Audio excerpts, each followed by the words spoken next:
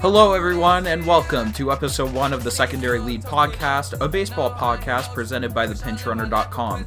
I'm Dawson Wright from The Pinch Runner, and today I'm joined by Noah Wright, also from The Pinch Runner. How's it going, Noah? It's going good. It's going good. Okay, so today we are covering a variety of topics in the first podcast.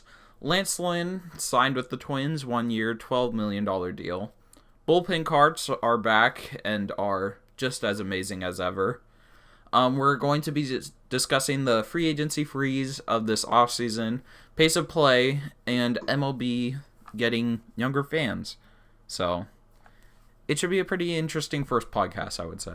I think it would be. I think it will be too. So, after declining a 2-year, $20 million deal from the Twins like 2 days ago, Lance Lynn decided, I'm still going to sign with the Twins, but for 1 year and $12 million.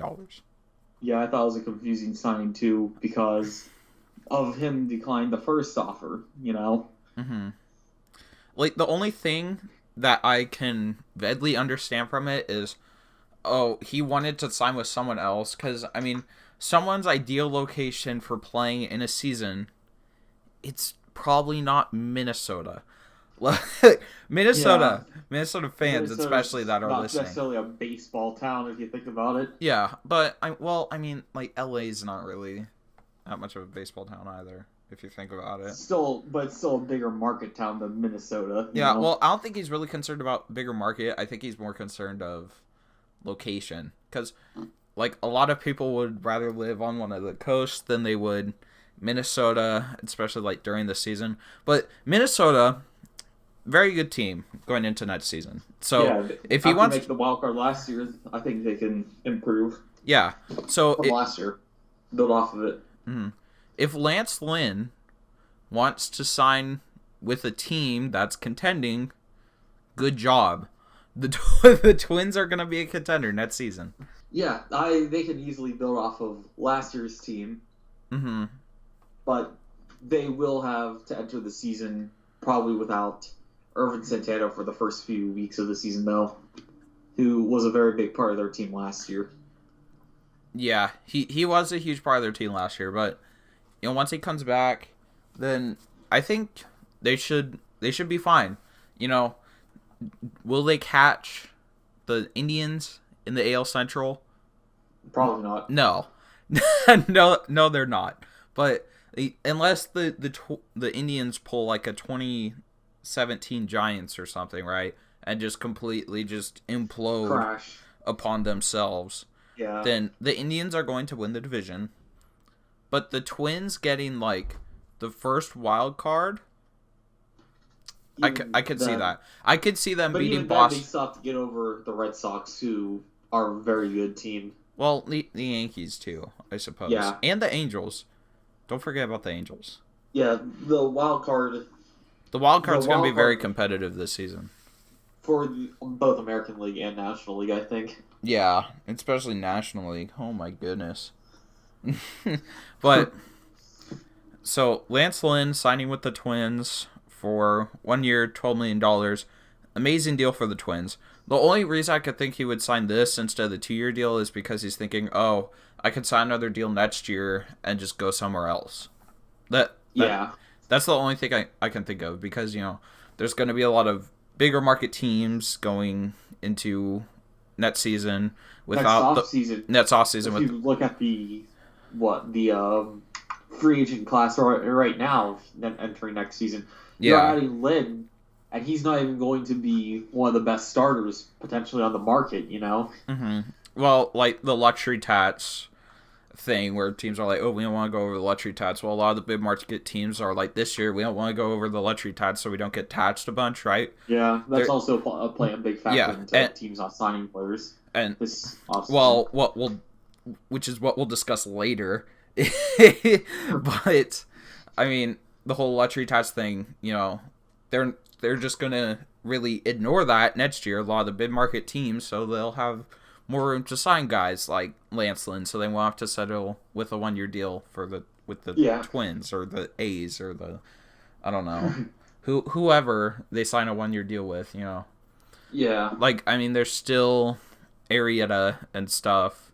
and Cobb. Yeah, but before we get into the rest of the free agents, we have to discuss the amazingness that is Of bullpen carts. the Arizona Diamondbacks bringing back the bullpen carts. I mean, it's really weird if you ask me to see that because, like, think of a pitcher like Mariano Rivera who has like the very serious Metallica music. Enter Sandman, yeah. Yeah, but instead of something really serious, it's a golf cart with a goofy looking helmet on the top. With like a massive plastic team helmet on the Yeah. top. Yeah, I mean, like postseason, I feel like bullpen carts should just kind of stay be there. away. They should just be gone during the postseason because, like, yeah, you use that example, and like Madison Bumgarner coming out of the bullpen, Kansas City, on a bullpen cart with some dude next to him who's like a trainer or something, like driving it. It's just, it boggles my mind if you see that in like Game 7 of the World Series or something. But during the regular season, we should just let the meme just live on of bullpen carts. Just let it happen. Yeah. Like the Diamondbacks president, he said that they were planning to bring back the bullpen carts for like a few years now. And since it was their 20th season, they were like, this is great. I mean, there's the whole pace of play thing, which, we'll talk about later. But, that's why bullpen carts got brought up again this offseason, because everyone started talking about, what are ways we could improve pace of play, and then MLB Network started talking about it, and it kind of blew up across the baseball community, really. And that's how the bullpen carts came back up in discussion. Yeah, honestly, I didn't even know they existed until this offseason. I didn't know they used them either. I had until no this idea offseason this was a people were thing talking. until it got brought up. But I mean, I didn't know it was a thing until it's like, oh, Diamondbacks are going to use these. It's like, really? They used those at one point? Yeah, I mean, there are some great ones out there, like the Seattle Mariners with their boat. That was awesome. And the Brewers, who were the last people to use it in 95, they had a motorcycle, and they had like the pitcher riding in the sidecar, which is just, it's like a technological innovation at this point. If that's how you want to put it, then go ahead. It is. It's absolutely amazing. During the regular season, I think this is absolutely amazing. It's fun. Players will have fun with it. The Diamondbacks said they were going to have it for both teams, right? So Okay. both sides can here's use my other it. Question. Yeah. Is it optional for other teams to use it, or is it like it's optional? It's everybody optional has for to use it? players. It's optional for players. So Okay. even players on the Diamondbacks, I'm pretty sure if someone really doesn't want to use it because they'll like mess up their psychic or something, then they won't have to use it. I'm pretty sure. Because that'd be kind of that's mean if cool they were to like, watch. oh, you have to enter in the bullpen cart. Get in now or you're ejected from the game and you can't pitch or something like that. That'd be so funny to hear on like a news broadcast on MLB Network. It's like player suspended 5 games for refusing to use bullpen carts. But I feel like it's gonna be a good time. The Diamondbacks, they released what their bullpen cart's gonna look like. It has all the bells and whistles. It has the goofy hat on top, the little lights on it for no reason, even though they basically play indoors. Yeah. But it's the greatest thing, just ever. I love it so much. Oh man. Well, let's go ahead. I mean, I think that's enough on the meme Bullpen that is carts. bullpen cards. All right, so we're going to go ahead and talk about free agency and this whole offseason and what on earth is going on next. So I'm going to go ahead and let you go first, Noah.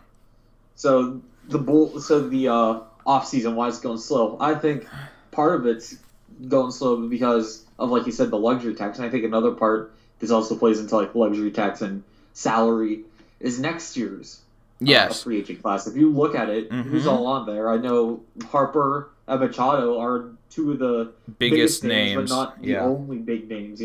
Yeah, they aren't the only big names. I mean, hey, look, Lance Lynn. He's a free agent next year now, too. Lance Lynn will be a free agent, too. This is one of the best and deepest free agency classes we've ever seen.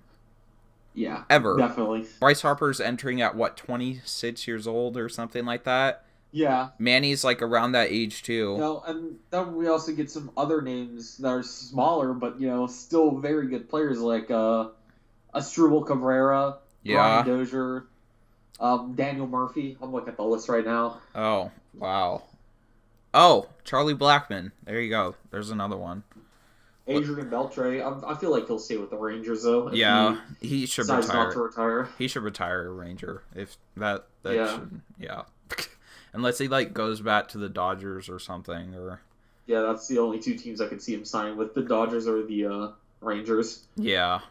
It'd be just weird if he went anywhere else, but yeah, and then like the other factor of it, which I feel is not talked about as much as it should be, are teams don't want to sign guys to longer than around, I would say, 7-year deals. When they're already like in their when they're already like 30. Oh, when they're like 30, this is red flags everywhere. If they're 30 or over, even if they're like 28, I don't want to sign a guy to more than a 7-year contract. Yeah, I wouldn't want to either, even if they're like 28, 29, Mm-hmm. The Like, I would go more than 4 or 5 years. Yeah. Like even Kershaw next year could be a free agent if he opts out. He'll be 31. Oh, he's going to opt out so he can get a bigger contract. You best believe he's going to opt out to get a bigger contract. But And so can Elvis Andrews, who's also 30. yeah. But teams aren't going to pull a Albert Pujols, Josh Hamilton, CJ Wilson. They're not going to turn into the Angels anymore. The Angels are still feeling effects of that. Josh Hamilton, he's gone. CJ Pujols is getting paid for the player he was, not the player he is. Yeah, Pujols is getting paid to ground into double plays every 2 seconds, right? And then, CJ Wilson, who knows where he is, honestly, at this point. I believe you said he was a minor league, or he retired. Like, he's, like, the Angels, like, it doesn't work anymore. Even the Yankees realize this. They're the biggest, let's throw money at everything team. I'm not taking a shot at the Yankees now, because the Yankees right now are one of the smartest front offices in baseball. What they're doing with their current core, they're saying, like, hey, let's hold on a minute, and let's go ahead and get younger. Let's do what got us to winning all those titles in Let's the not 90s, give right? an A-Rod sized contract to somebody who's 28, 29. 20. A-Rod contract. Oh my goodness. I mean, Way to go, Rangers. Yeah, but teams are like, hey, let's not do that when we could instead acquire what we need through trades, or we will draft more players and we can sell, right? Teams are not looking at it like, oh, let's just throw money, right? We're gonna make it rain on this player. Now, Yeah. I'm not saying that won't happen ever again. Next year, you have Bryce Harper and Manny Machado as It's free about to agents. happen with one of these huge names on the market next year. It's about to happen with both of them. And probably Charlie Blackmon as well. Blackmon won't get as much as Harper and Machado. Even though Blackmon is years older compared to Harper. Yeah, but he's a still all-star center fielder, so he's going to get paid. Yeah, for his bat, definitely. Mm-hmm. And there's, like, okay, Harper could be the first ever... Yeah? Go ahead. Oh, I was going to say Harper could be the first ever later. player to reach $400 million, right? Manny's not going to be that far behind him. Because No, it's different when these guys are that young and that good. With the resume these two guys have already. Go ahead. Yeah, teams are paying for youth anymore, not the resume. And when you get a guy like Harper or Machado who has both of those things, it's a very good. They're very good players. Mm-hmm. And I was gonna say Blackmon, his market just might be affected next year because of the course factor, because he plays in Colorado. Yeah, true. But they're not so much looking at, oh, what did he do in 2014? They're looking at, what's he going to do? Is this contract worth signing him now while he's in his prime, even though we know we're going to pay him so much money when he regresses in his last 3-4 years of his contract, or maybe even sooner than that with some of these deals. Yeah, and that's why the Stanton contract could be a very bad contract in the next coming years. He's making $25 million next year. Yeah. Now, for Stanton, for NL MVP Stanton, that was last year, he's going to have very similar numbers to this year unless he gets hurt or whatever, right? But he's getting paid for what he's doing now. I believe his contract loads up towards the end of it. So he's going to get paid more money while he regresses. So the money goes up while he gets worse. Which is, teams are like, yeah, we don't want to do that. Yeah, no. Like, I mean, the Houston Astros right now, right, in free agency, you know, like, they're very good. They don't have very many. They're very young. They're very young. They don't have very many needs. So they're a serious contender. And watch what they've done. What did they do this offseason? That was their big move. They went out and they got Garrett Cole via trade. They got him via trade. He's also young. Because the Astros know what's about to happen. Bregman, Correa, Altuve's a free agent in 2 years. Let's see who else. Springer. You know, and then they have guys like Derek Fisher, Gurriel, who was a rookie last year. These guys. Verlander. Did you mention Verlander? Verlander. Yeah. Keuchel. Keuchel's going to be a free agent too pretty soon.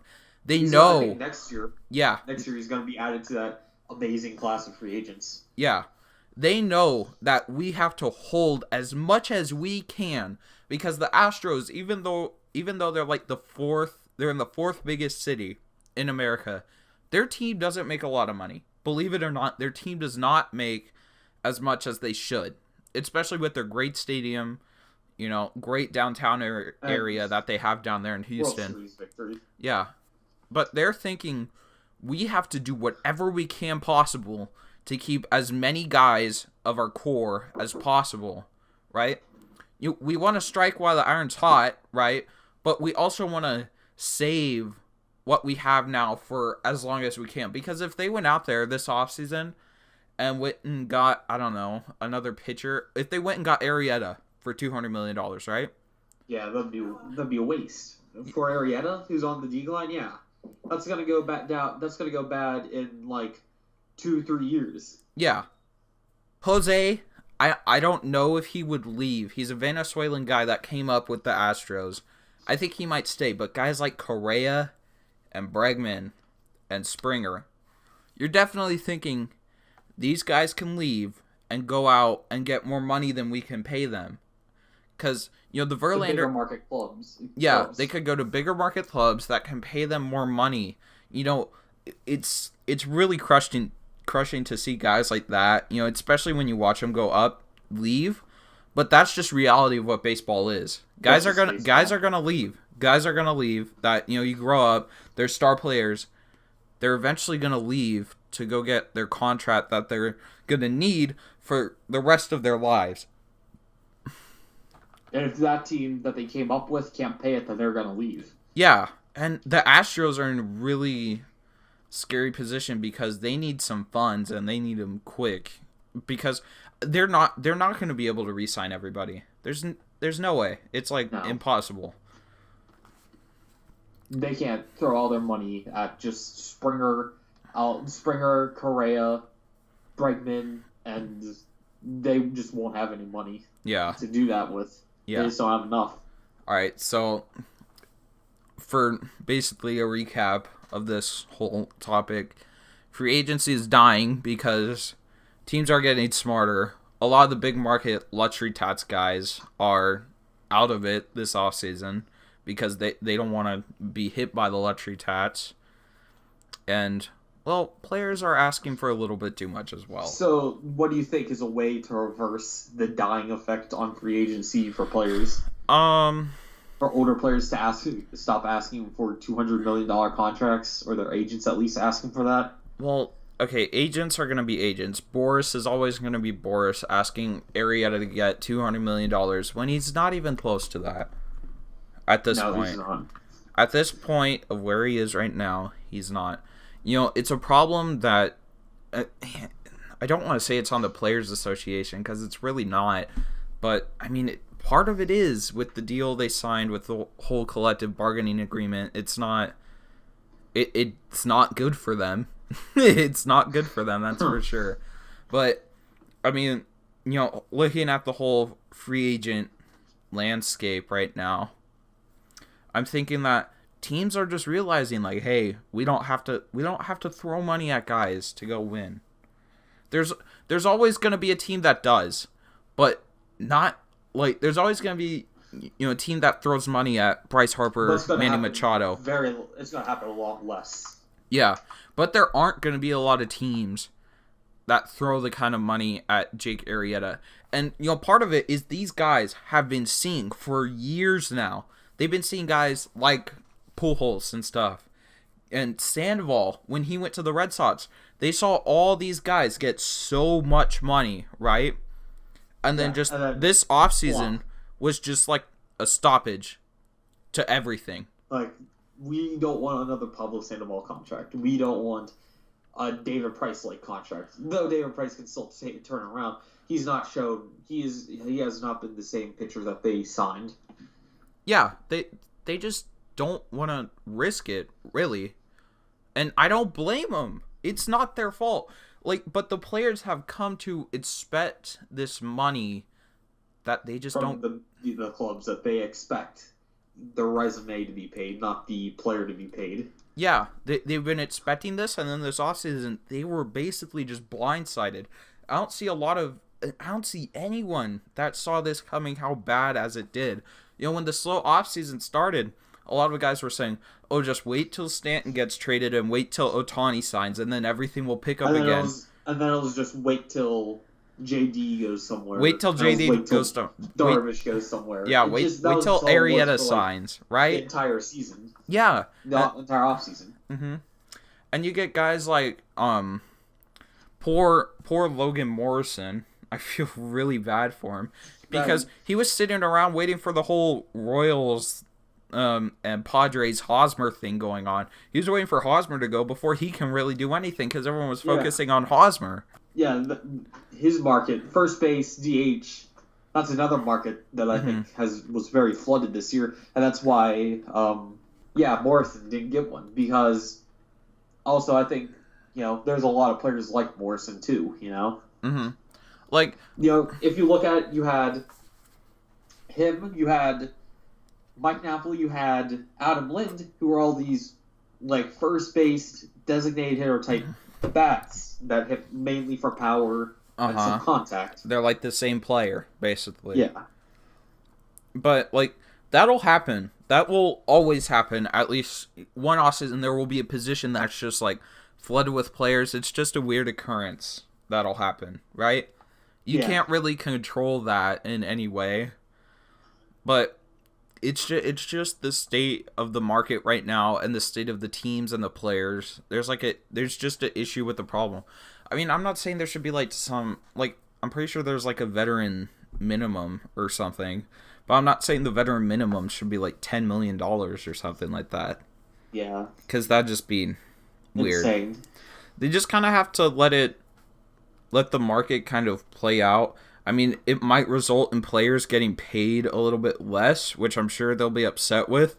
But baseball players are the highest paid athletes on the planet, so yeah, they should be fine getting $4 million less instead of their $8 $200 million deal. I think they'll be okay. I mean, if there is an issue, then I'm sure it'll be addressed in some way by Commissioner Manfred. Yeah. And the players' union will come up with a better deal for themselves. Because it's currently just completely failing the players. But I feel like this is a good time to move on to our next topic, which is pace of play. Pace of play. Oh, here we go. So I want to start out with them thinking about the pitch clock, taking it out, but probably going to be added within the next 2-3 years. Yeah, go ahead. I don't like the pitch clock.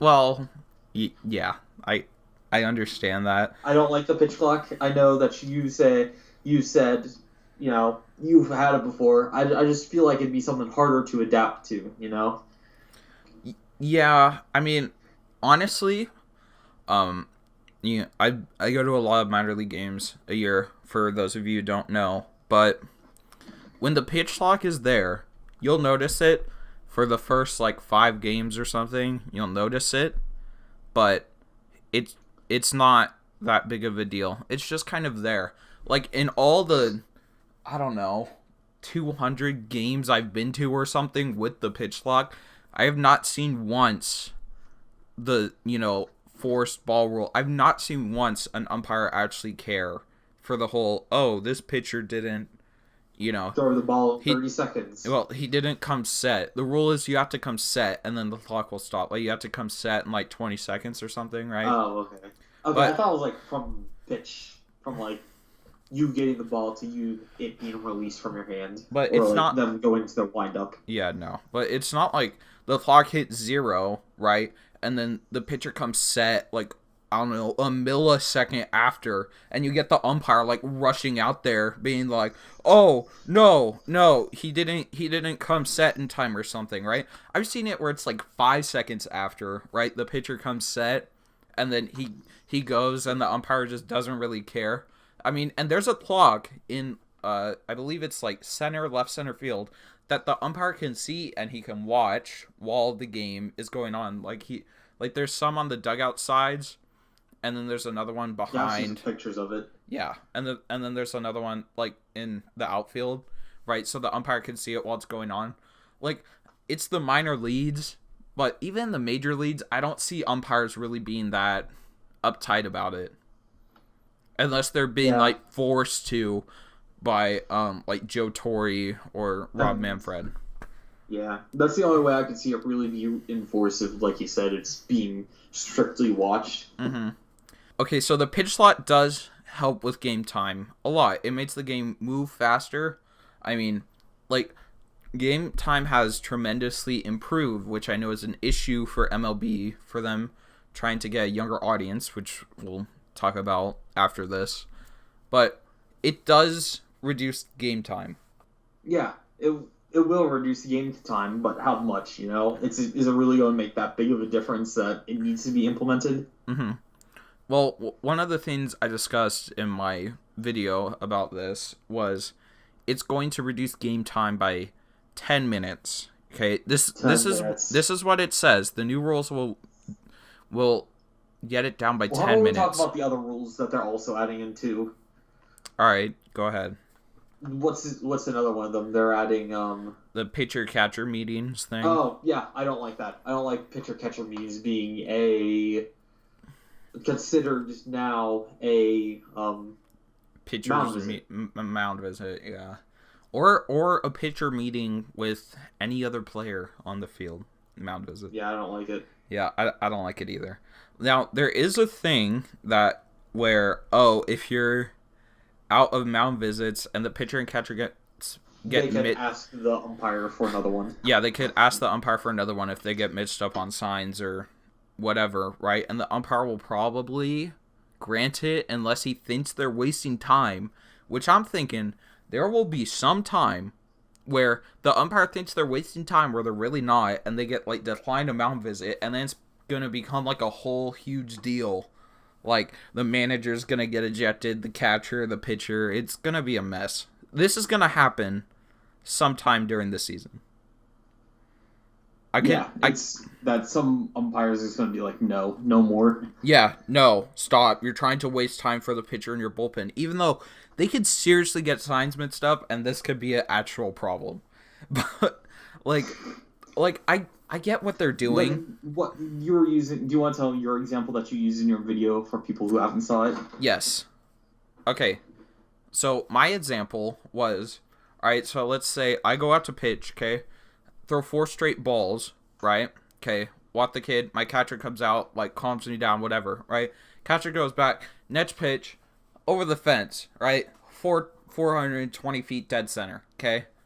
Then coach comes out to say what's going on, right? Coach goes back to the dugout, but the problem is now that would be 2 mound visits, and I'd be out of the game, which is I find ridiculous.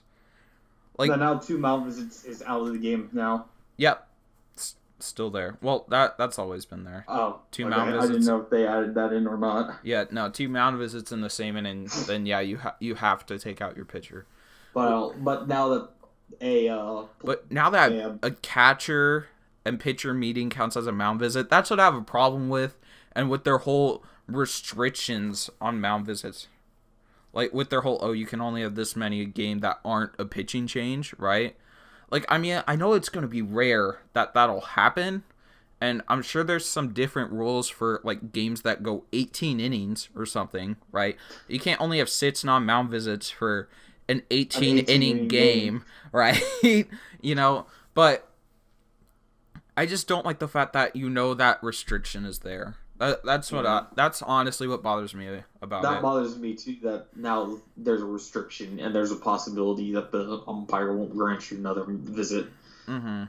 Like, they really, like, the old pace of play rules really hit the batters, right? You know, the whole, you have to keep, like, if it's a strike, 1 foot in the box. You have to keep 1 foot in the box. Ortiz got angry at that. Yeah. Why? Like, so, and, you know, they really hit pitchers hard this time with this whole pace of play stuff, and everyone finds it ridiculous. Like, none of the players like it. I can practically guarantee you none of the players like it. I mean, yeah, the game, you know, and why they're doing this for, 10 minutes. 10 whole minutes. 10 minutes, yeah, I understand. I mean, if you do I suggest you go to a minor league game this year if you can find one, or any of you, so you can go and experience the pitch clock, and you'll find the pace of play does go like this. And the reason they're doing this, which is our next topic, is they're trying to get younger in fan wise, which I am 100% supporting. I love it. But is this the right way to do it, you know? By adding in all these rules that nobody likes. I don't know. Is there really another way they could do it, though? If you think about it. Yeah, there's not very many ways they could by lowering down the pace of play by making major changes, but, you know, it's also not making too many people very happy. Yeah, at the same time. Yeah, it's upsetting the old fans, but I feel like a lot of veteran fans will just feel like they'll get used to it. They'll adapt to it. Yep, exactly. But okay, what do you hear about when someone doesn't like baseball? You know what their reason usually is? It's too long. It's boring. Something like that. Exactly. It is boring, which is what a lot of MLB hears, right? You know, because that's usually the common opinion for someone that doesn't like baseball. It's so not. They want to attract those fans and the younger fans. Mm-hmm. Because younger people's attention spans are getting smaller. Like, they're practically non-existent at this point for a lot of younger fans out there. But, like, you know, you'll get someone pull out their iPhone or whatever. Like, not that there's anything wrong with pulling out their iPhone during the game, but if they get bored and they pull out their iPhone or their iPad and the kid's playing, like, Angry Birds or something, you know, like, while the game's going on during a game, that's a problem. Like, I've seen it all the time. You know, even at minor league games, I could kind of understand because it's minor league games and it's different, right? But it's a different atmosphere than an MLB game. But when I go to a major league game and I see even an 8-year-old kid, okay, it's like it could be the bottom of the 8th in like a 3-2 game or something, right? And this kid's on his iPad playing Angry Birds, Hangman, whatever, right? And it breaks my heart to see that, honestly. I know. I don't like seeing it either. It is so sad. And especially when the kid's got like a bunch of gear on, so you know he's like a fan.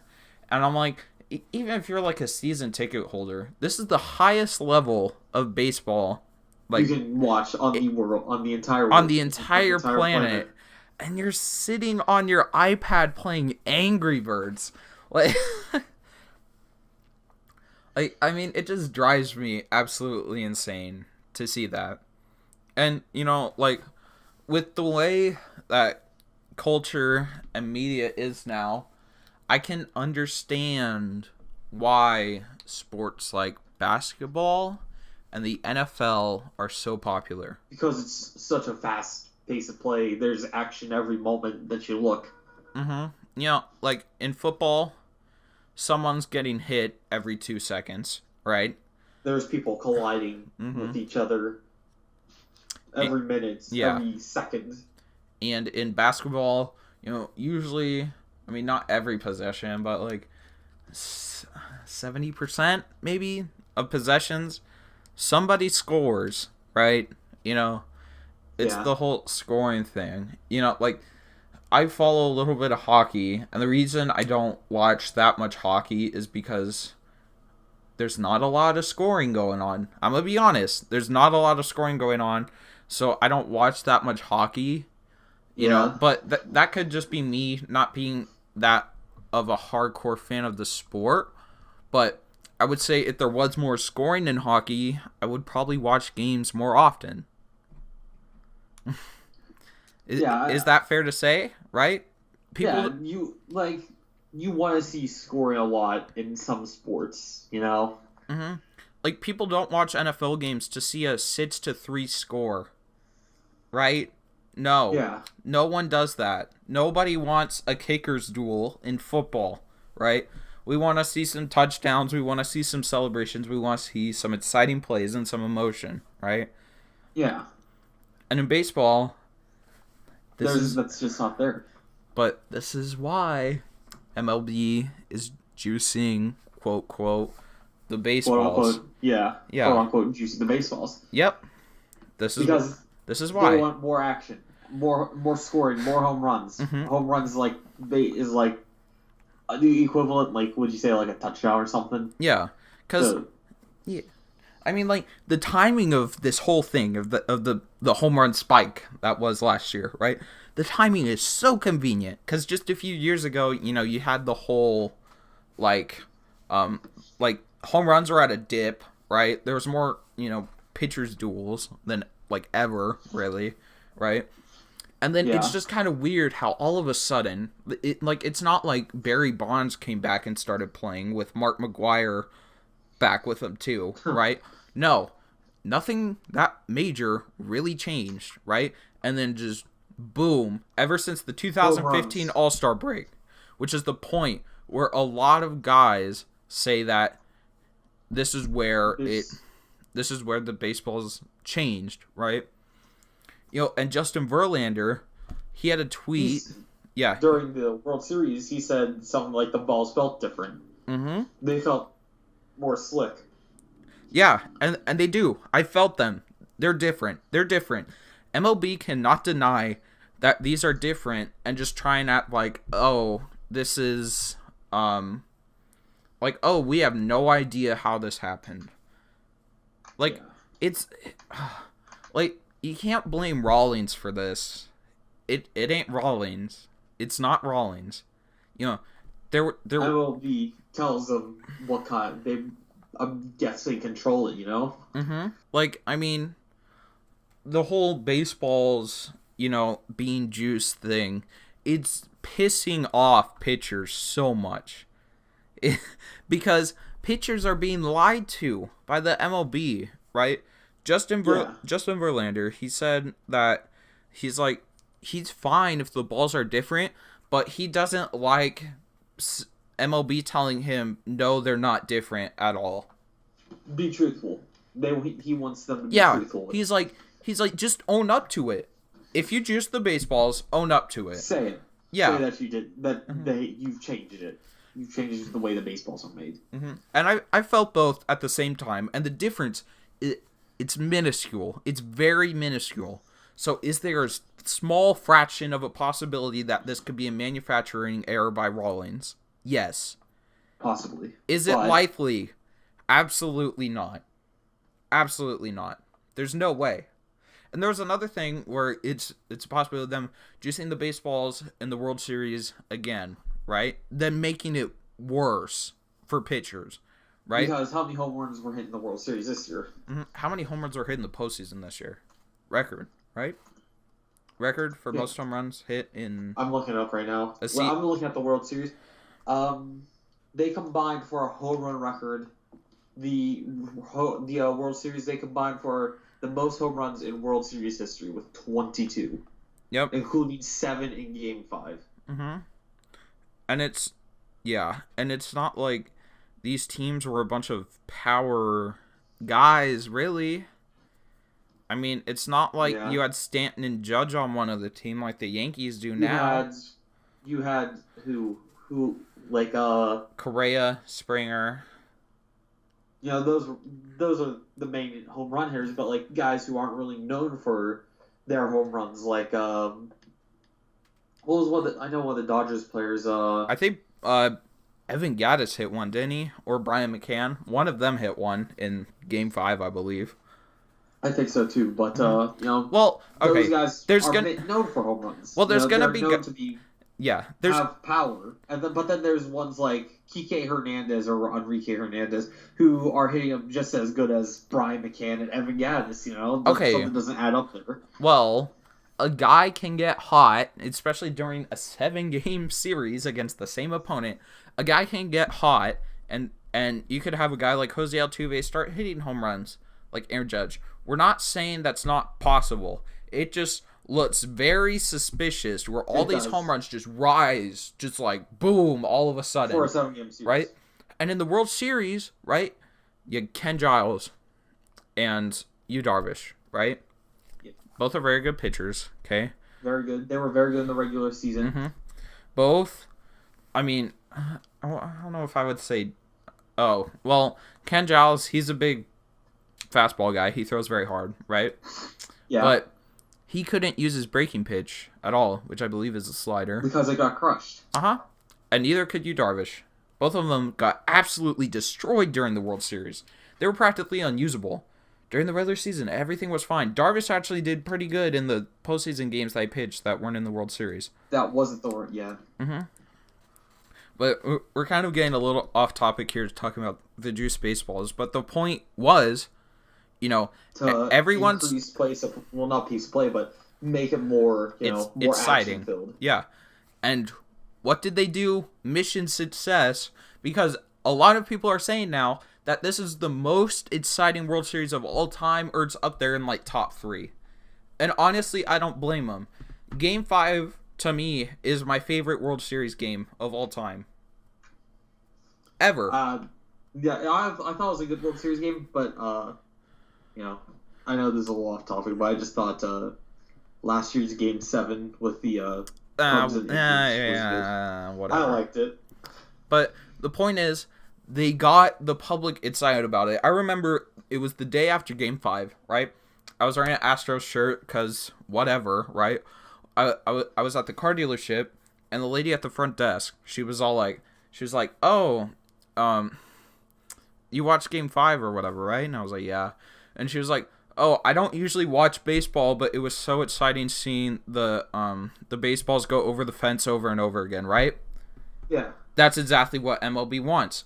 They want to appeal to those guys. And a lot of younger kids... average fan. Yeah. Or the younger fan. Mm-hmm. And a lot of younger kids, right? They like home runs better than strikeouts or 1-0 pitchers duels. That's just how it is. Kids like dingers, and so does the regular population, right? Yeah. Yeah. So, MLB juicing the baseballs, right? If they did or if they didn't, something has changed. Something's changed. There's something going on to make it, and they're trying to get younger fans, and by far, I mean, like, until, we'll see in a few years, but it's pretty much working. Yeah, they're bringing in, like you said, the average fan, the younger fan, Exactly. And one thing I want to bring up before we finish off this podcast is popularity of players and how that affects popularity of the game, right? If you think about who are the most famous athletes, like, that are, like, pro American athletes, right? You probably think something, it's football. Well, yeah. Well, football and basketball. Or basketball. Right? Yeah, like, if you were to ask somebody, name an athlete, name an American athlete right now, right? Who doesn't really watch sports, right? They'd probably say LeBron James. Give or take, some personal bias or whatever, right? Like their son's favorite player is this guy, right? But they would probably say LeBron James. LeBron James is one of the most popular athletes on the planet, right? Yeah, and behind him... You think basketball, you're going to think LeBron James. Mm-hmm. You're going to think Steph Curry. You're going to think these big names, you know? Mm-hmm. Basketball players are some of the most popular athletes on the planet. It's not the same like that in the NFL. It's not. Like, if you think, who's the most popular NFL player right now? I would say Tom Brady. Okay, probably. Yeah, Tom Brady, but who then? Derek Carr? Maybe? It's really hard to find guy like maybe Odell. It's not the same when you go over to the NBA, right? And part of that, I believe, is NBA's culture and their connection to the fans, right? I could go out right now, buy a pair of Paul George's, LeBron's, Stephen Curry's. I could go over to Foot Locker right now and get one of those shoes or whatever. You get recognized. Shoe culture is a part of basketball, and that's something that baseball doesn't have, which I think, puts them at a disadvantage, even though they're already at disadvantage due to, what baseball is, right? You could get a kid, go out, all you need is a basketball and a hoop. You need a basketball in, like, elementary school with a court or something, right? And you could go play.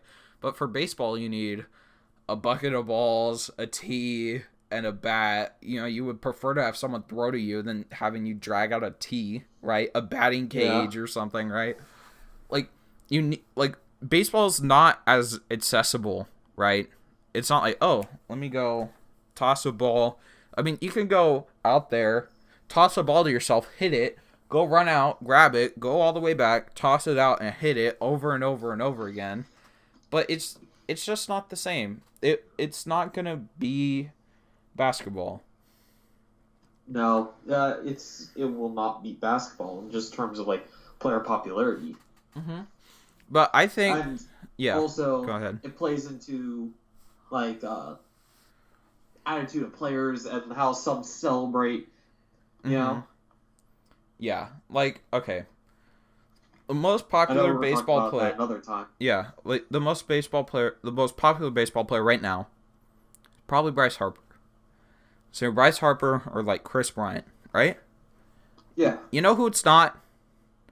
Mike Trout. It's not Mike Trout. It's not Mike Trout. That's right. It's not the greatest player, in my opinion, to ever touch a baseball field ever. It's not him. And that's a problem. That's a serious problem to me.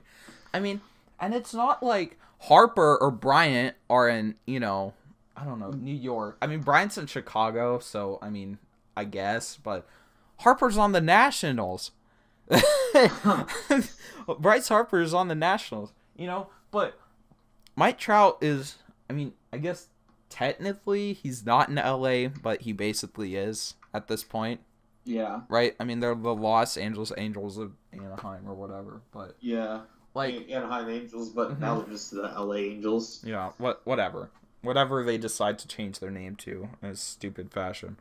But the fact that Mike Trout isn't the most popular player right now is pretty alarming. Like, part of that is on Mike Trout, because, Mike Trout... You see him, He's not as flashy as someone like Bryce Harper. Yeah, Bryce Harper is probably the guy that plays with, like, some of the most emotion I've ever seen in my life. But Mike Trout isn't like that. Mike Trout's just there. He goes, hits a home run, and just kind of drops the bat softly down the line, right? Harper, he flings the bat. He's a bat flipper. He flips the bat a lot. Yeah, he's a bat flipper. That's why... He shows emotion. He stands up for himself when Hunter Strickland throws at him. Trout's just very quiet about just stuff. He just kind of chills out and just kind of hangs around and doesn't really do anything. He just hangs out. He just hangs out, beats Mike Trout, and just is the greatest player ever. And he doesn't cause any problems. I've looked at his social medias before. He doesn't really say anything. It's just like pictures of like him and his wife and stuff, right? Yeah. Which, you go to someone like LeBron James's Instagram or their Twitter, right? Or like Kyrie Irving or something. They'll talk about stuff, like stuff going on, like whether it's like with the team or whatever. And that's why I'm so happy about Justin Verlander calling out MLB for the Juice Baseballs thing on Twitter, right? Because that wouldn't usually happen. And it's interacting with the media, which is expanding the market, which is just great. It's good for everyone, right? Yeah. And I really hope that Aaron Judge, okay, continues on the path he's on, okay? Like, he's a great story, okay? Amazing. He went to Fresno State to go be a tight end. I believe it was tight end, right? He went to go play football, right? Baseball coach saw him. He's like, hey, you want to come play baseball? And now he's the right fielder for the New York Yankees. The team that everybody knows, regardless if you're a baseball fan or not. Exactly. He's in the biggest market. Well, are you? Yeah, biggest market in baseball.